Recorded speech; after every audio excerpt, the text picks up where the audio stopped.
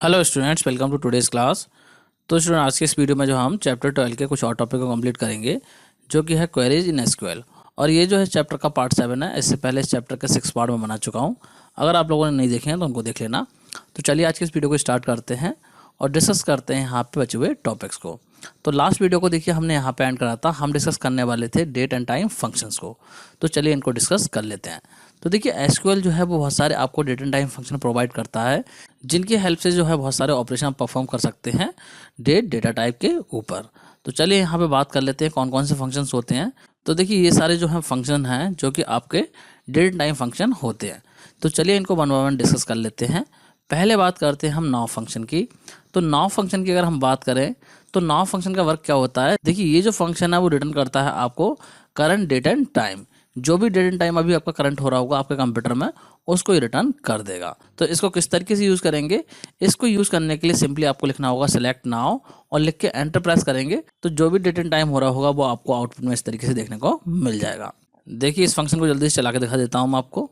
देखिए यहाँ पे करते हैं तो मैं लिख देता हूँ यहाँ पे सेलेक्ट नाउ, इतना लिख के मैं एंटर कर देता हूँ। तो यहाँ पे आप लोग देख सकते हैं जो भी टाइम हो रहा है मेरे कंप्यूटर वो डिस्प्ले हो गया है। तो आई होप आप लोगों को समझ में आ गया होगा नाउ फंक्शन का काम क्या होता है। अब बात करते हैं नेक्स्ट फंक्शन की, जो कि है मंथ डेट। तो ये जो फंक्शन है वो आपको रिटर्न करता है मंथ को न्यूमेरिक फॉर्म में।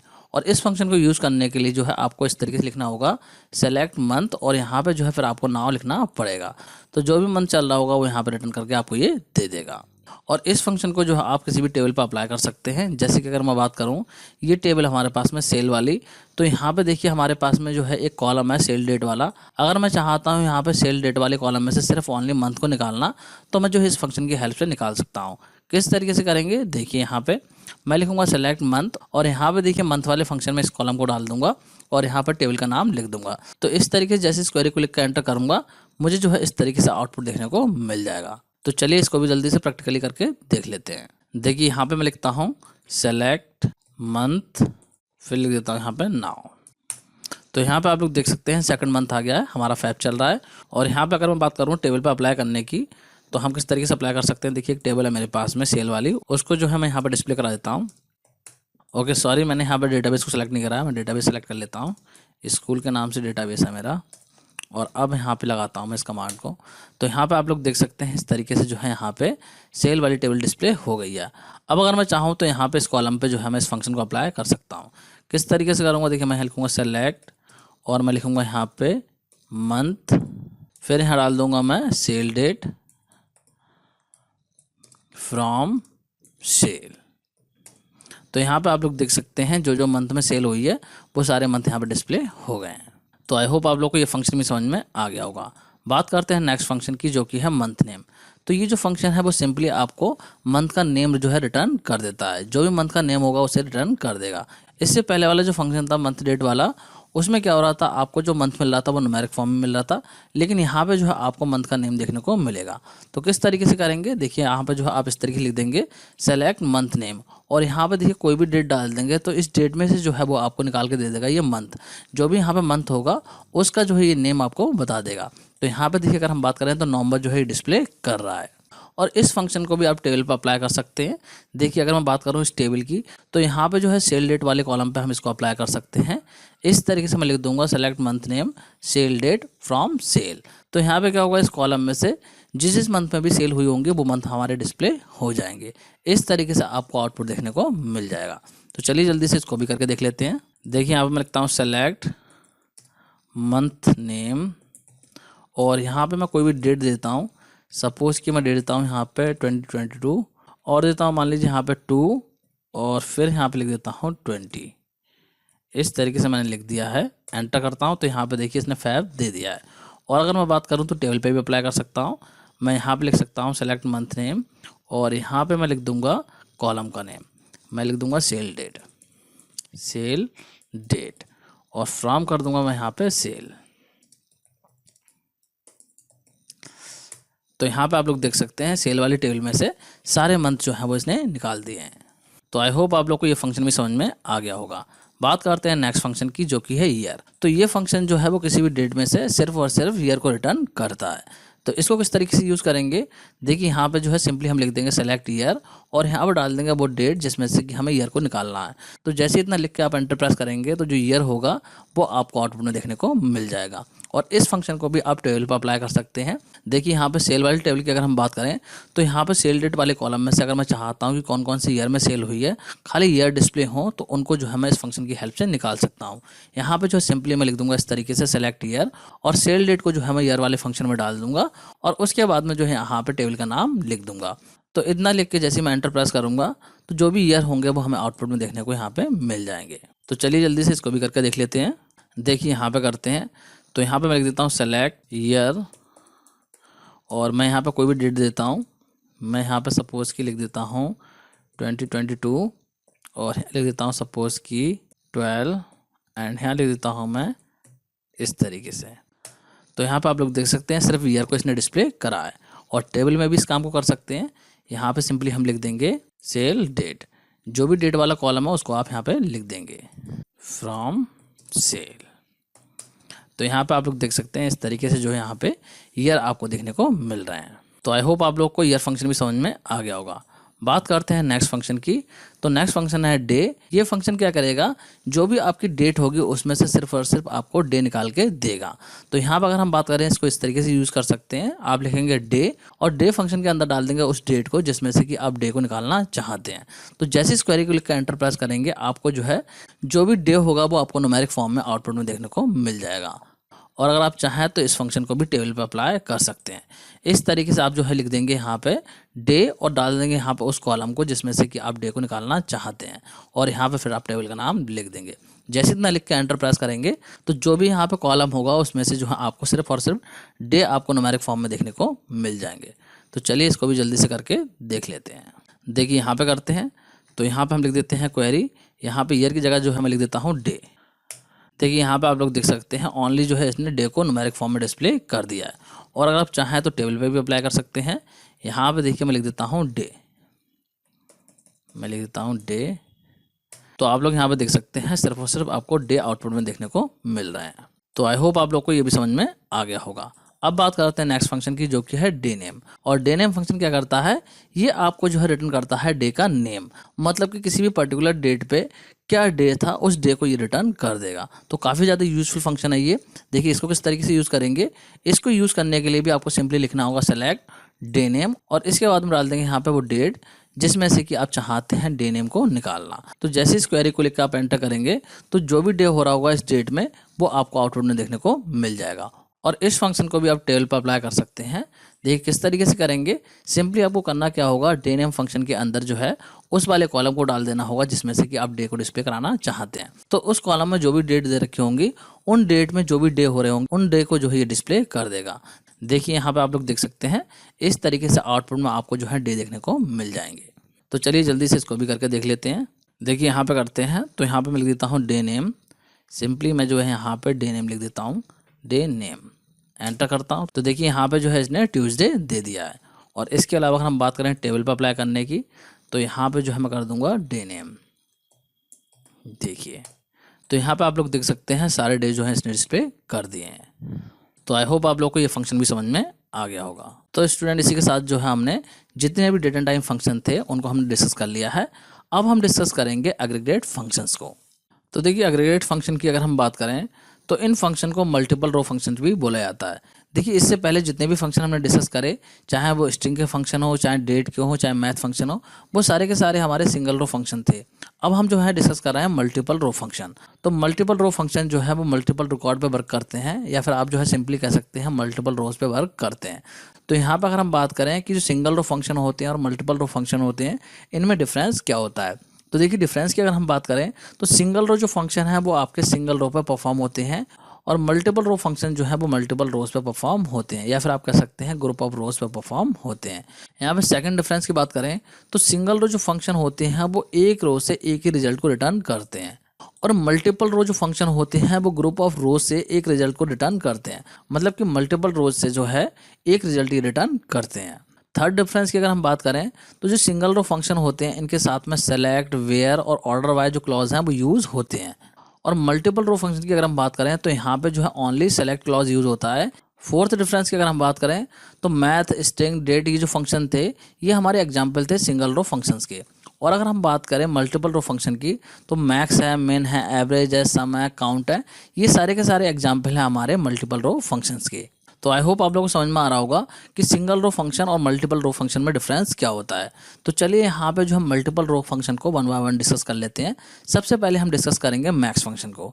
तो मैक्स जो फंक्शन है ये आपको रिटर्न करता है लार्जेस्ट वैल्यू, मतलब कोई स्पेसिफाइड कॉलम से अगर आप चाहते हैं लार्जेस्ट वैल्यू को चेक करना तो ये जो है आपको लार्जेस्ट वैल्यू निकाल के देगा, और ये जो है उस कॉलम में मल्टीपल रोज में जो है वो चेक करेगा उस वैल्यूज को, और जो भी वैल्यू सबसे बड़ी होगी उसको ये रिटर्न कर देगा। तो किस तरीके से इसको यूज करेंगे, देखिए आप जो है यहाँ पे इस तरीके से लिखेंगे सेलेक्ट और लिखेंगे मैक्स और यहाँ पर डाल देंगे उस कॉलम का नेम जिसमें से कि आप मैक्सिमम वैल्यू को चेक करना चाहते हैं। जैसे कि मैंने यहाँ पे जो है मैथ वाला कॉलम डाल दिया है, तो मैथ वाले कॉलम में जो भी सबसे बड़ी वैल्यू होगी उसको ये रिटर्न कर देगा। आउटपुट जो है वो आपको इस तरीके से देखने को मिल जाएगा। नेक्स्ट फंक्शन की अगर हम बात करें तो नेक्स्ट फंक्शन है हमारा मिन। तो मिन जो फंक्शन है वो क्या करता है, मिनिमम वैल्यू को जो है रिटर्न करता है। मैक्स क्या कर रहा था, मैक्सिमम वैल्यू को रिटर्न कर रहा था, लेकिन मिन क्या करता है, मिनिमम वैल्यू को रिटर्न करता है। किसी भी कॉलम में अगर आपको चेक करना है कि सबसे मिनिमम वैल्यू कौन सी है तो आप यूज़ कर सकते हैं मिन फंक्शन को। किस तरीके से करेंगे, देखिए यहाँ पे सिंपली आप लिखेंगे मिन और उस कॉलम को डाल देंगे जिसमें से कि आप मिनिमम वैल्यू चेक करना चाहते हैं। तो यहाँ पे देखिए मैथ वाला कॉलम मैंने डाल दिया है और उसके बाद में यहाँ पर टेबल का नाम दे दिया है। तो जैसे इस क्वेरी को लिख कर एंटर करेंगे जो मिनिमम वैल्यू होगी वो यहाँ पे आपको आउटपुट में देखने को मिल जाएगी। तो चलिए इसको जल्दी से प्रैक्टिकली भी करके मैं आपको दिखा देता हूँ। देखिए यहाँ पे करते हैं, तो यहाँ पे जो हमारी मार्कशीट वाली टेबल है पहले उसको डिस्प्ले करा लेते हैं, फ्रॉम मार्कशीट। तो ये टेबल है, तो यहाँ पे सेलेक्ट कर लेते हैं। मैं लिखता हूँ सेलेक्ट मैक्स और मान लीजिए मैं चाहता हूँ चेक करना इंग्लिश वाले कॉलम में मैक्सिमम वैल्यू, तो मैं लिख दूंगा यहाँ पे इंग्लिश, फिर लिख दूंगा फ्रॉम मार्कशीट। तो यहाँ पे आप लोग देख सकते हैं सबसे मैक्सिमम वैल्यू जो है वो 86 है। आप चाहें तो यहाँ पे इस कॉलम में वेरीफाई भी कर सकते हैं। इसके अलावा मिन की अगर हम बात करें तो यहाँ पे हम लिख देंगे मिन, मैक्स की जगह पे हम लिख देंगे मिन, तो हमें मिनिमम वैल्यू मिल जाएगी। यहाँ पे देखिए 45 जो है वो मिनिमम वैल्यू है इस कॉलम में। तो आई होप आप लोगों को मिन और मैक्स फंक्शन समझ में आ चुके होंगे। अब बात करते हैं नेक्स्ट फंक्शन की जो कि है सम। तो सम फंक्शन का काम क्या होता है, देखिए सम फंक्शन जो है वो किसी भी कॉलम की वैल्यू को सम करने के लिए यूज होता है। अगर आप चाहते हैं किसी स्पेसिफाइड कॉलम की वैल्यू को सम करना तो आप जो है सम फंक्शन की हेल्प से कर सकते हैं। किस तरीके से करेंगे, देखिए यहाँ पे आप लिख देंगे सेलेक्ट सम और सम फंक्शन के अंदर डाल देंगे उस कॉलम को जिसको कि आप सम करना चाहते हैं। उसके बाद में आप टेबल का नाम इस तरीके से लिख देंगे। जैसे इस क्वेरी को लिख कर एंटर करेंगे तो जो कॉलम होगा उसका ही सम कर देगा। तो चलिए इसको भी MySQL में चला के देख लेते हैं। देखिए यहाँ पे करते हैं, मान लीजिए जो हमारी टेबल है इस वाले टेबल में से मैं जो है सम करना चाहता हूँ इंग्लिश वाले कॉलम को। तो मैं यहाँ पे देखिए लिख दूंगा सेलेक्ट सम और मैं लिख दूंगा इंग्लिश फ्रॉम मार्कशीट। तो यहाँ पे आप लोग देख सकते हैं जो इंग्लिश वाला कॉलम है उसको यहाँ पे जो है इसने सम कर दिया है। तो आई होप आप लोग को सम फंक्शन भी समझ में आ गया होगा। अब बात करते हैं नेक्स्ट फंक्शन की जो कि है काउंट।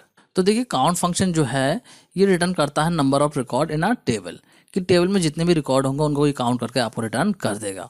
और अगर आप चाहते हो नंबर ऑफ रिकॉर्ड को काउंट करके डिस्प्ले कराना जो कि पर्टिकुलर क्राइटेरिया को मैच करते हो तो उस केस में जो आपको काउंट स्टार लगा के वेयर क्लॉज का यूज़ करना पड़ेगा। तो देखिए इस फंक्शन को किस तरीके से यूज़ करते हैं।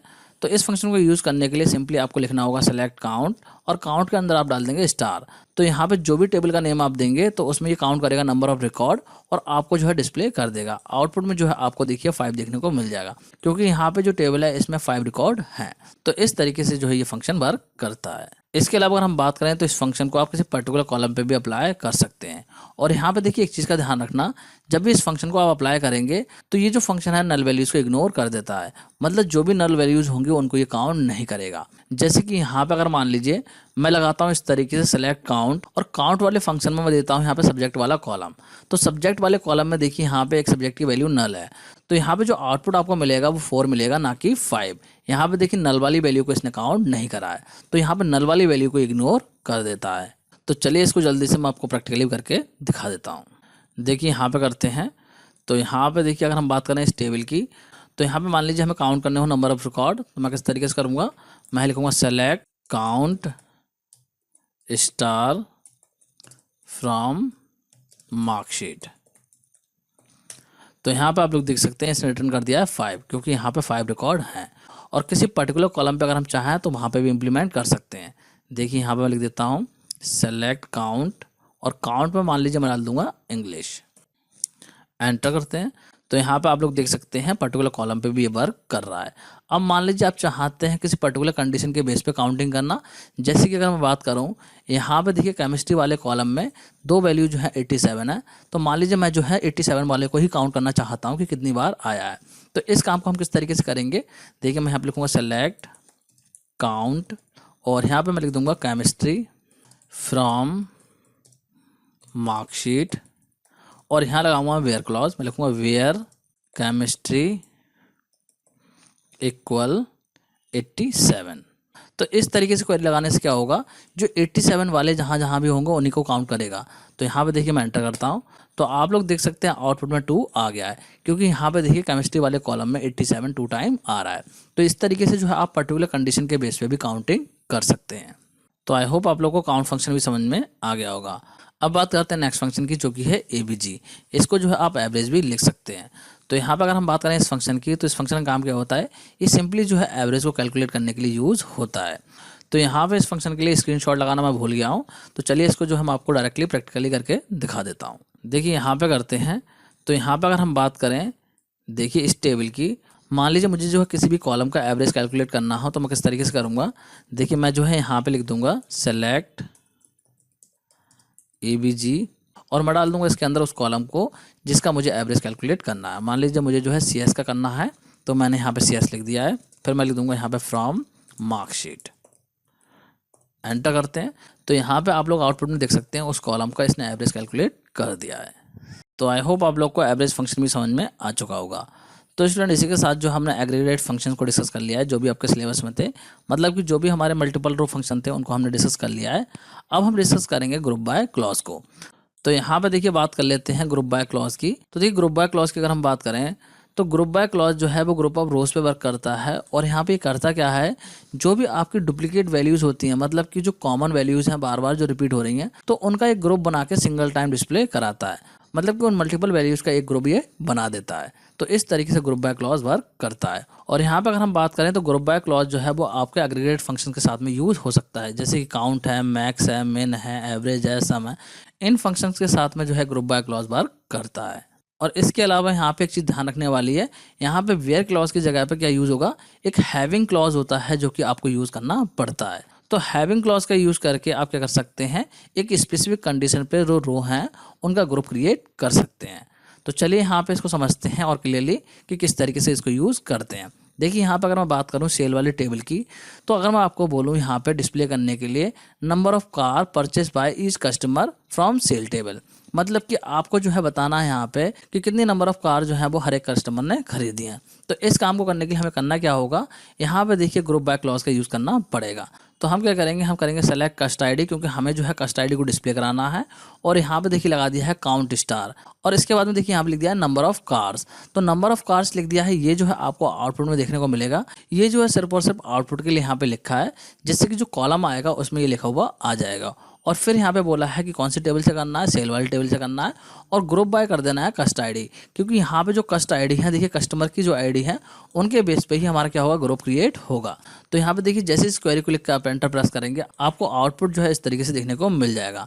देखिए यहाँ पे अगर हम बात करें C001 की, तो इस कस्ट आईडी वाले कस्टमर ने जो है 2 कार को परचेज करा है। यहाँ पे देखिए इस वाले ने भी 2 को करा है, इसने 1 को करा है, और इसने भी 1 को करा है। तो इस तरीके से काउंटिंग करके जो हमने डिस्प्ले करा लिया है। देखिए यहाँ पे हुआ क्या है, ग्रुप क्रिएट हुए हैं और उसके बाद में जो है उनकी काउंटिंग डिस्प्ले हो रही है। अगर हम यहाँ पे ग्रुप बाय क्लॉज ना लगाएं तो क्या होगा, जो यहाँ पे कस्ट आईडी होंगी, मतलब C001 है ये आपकी 2 बार डिस्प्ले होगी, ऐसी C002 है ये भी 2 बार डिस्प्ले होगी, तो मल्टीपल टाइम डिस्प्ले होगी। तो इसीलिए जो आउटपुट होगा वो आपका अच्छा नहीं लगेगा। तो इसीलिए यहाँ पे इनके ग्रुप बना दिए हैं, सिंगल टाइम डिस्प्ले हो रहे हैं और उसके सामने उसकी काउंटिंग आ रही है, क्योंकि हमने यहाँ पे काउंट फंक्शन को लगा दिया है। देखिए इसको जो है थोड़ा सा प्रैक्टिकली भी करके देख लेते हैं। तो देखिए यहाँ पे करते हैं, तो मान लीजिए मैं जो है यहाँ पे चाहता हूँ केमिस्ट्री वाले कॉलम में जो भी मार्क्स हैं वो कितनी कितनी बार आए हैं उनकी काउंटिंग मुझे डिस्प्ले करानी है। तो इस काम को मैं किस तरीके से करूँगा, देखिए यहाँ पे मैं लिखूँगा सेलेक्ट, और मैं लिखूँगा काउंट, और किसको काउंट करना है मुझे, केमिस्ट्री को, फ्रॉम मार्कशीट, और यहाँ पे कर दूँगा group by marksheet, group by marksheet.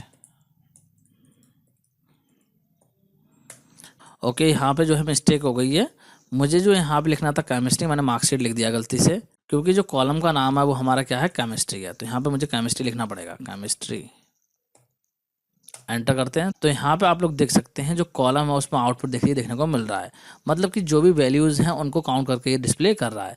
देखिए यहाँ पे केमिस्ट्री में 65 की अगर हम बात करें तो एक बार है, 75 भी एक बार है, 78 भी एक बार है, लेकिन यहाँ पे देखिए 87 दो बार है। तो इसीलिए यहाँ पे जिसकी काउंटिंग आ रही है वो 2 बार आ रही है। तो इस तरीके से ग्रुप करके हमने यहाँ पे डिस्प्ले करा दिया है। तो आई होप आप लोग को ग्रुप बाय क्लॉज का यूज समझ में आ रहा होगा। अब देखिए यहाँ पे ग्रुप बाय क्लॉज पे बेस कुछ और क्वेरीज को देख लेते हैं, जिससे कि ग्रुप बाय क्लॉज का जो कॉन्सेप्ट है वो आपका क्लियर हो पाए। क्योंकि एग्जाम में जो है आपको काफ़ी सारे ऐसे क्वेश्चन देखने को मिलेंगे जिनमें कि आपको क्वेरीज का आउटपुट कैलकुलेट करने के लिए बोला जाएगा, या फिर जो है टेबल पे बेस क्वेरी अप्लाई करने के लिए बोली जाएगी। तो इसीलिए आपको जो है यहाँ पे ग्रुप बाय क्लॉज का कॉन्सेप्ट क्लियर होना चाहिए, क्योंकि यहाँ पे जो है स्टूडेंट ज़्यादातर कन्फ्यूज हो जाते हैं इस क्लॉज में। तो चलिए बात कर लेते हैं कुछ और क्वेरीज की।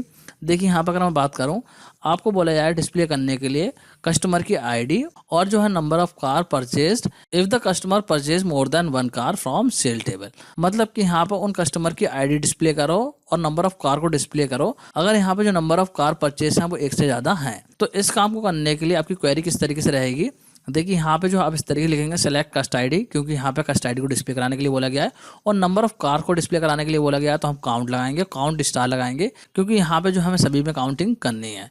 इसके बाद में देखिए लिखेंगे फ्रॉम सेल, फिर लिखेंगे ग्रुप बाय, और ग्रुप बाय किसके अकॉर्डिंग करेंगे, कस्ट आईडी के अकॉर्डिंग।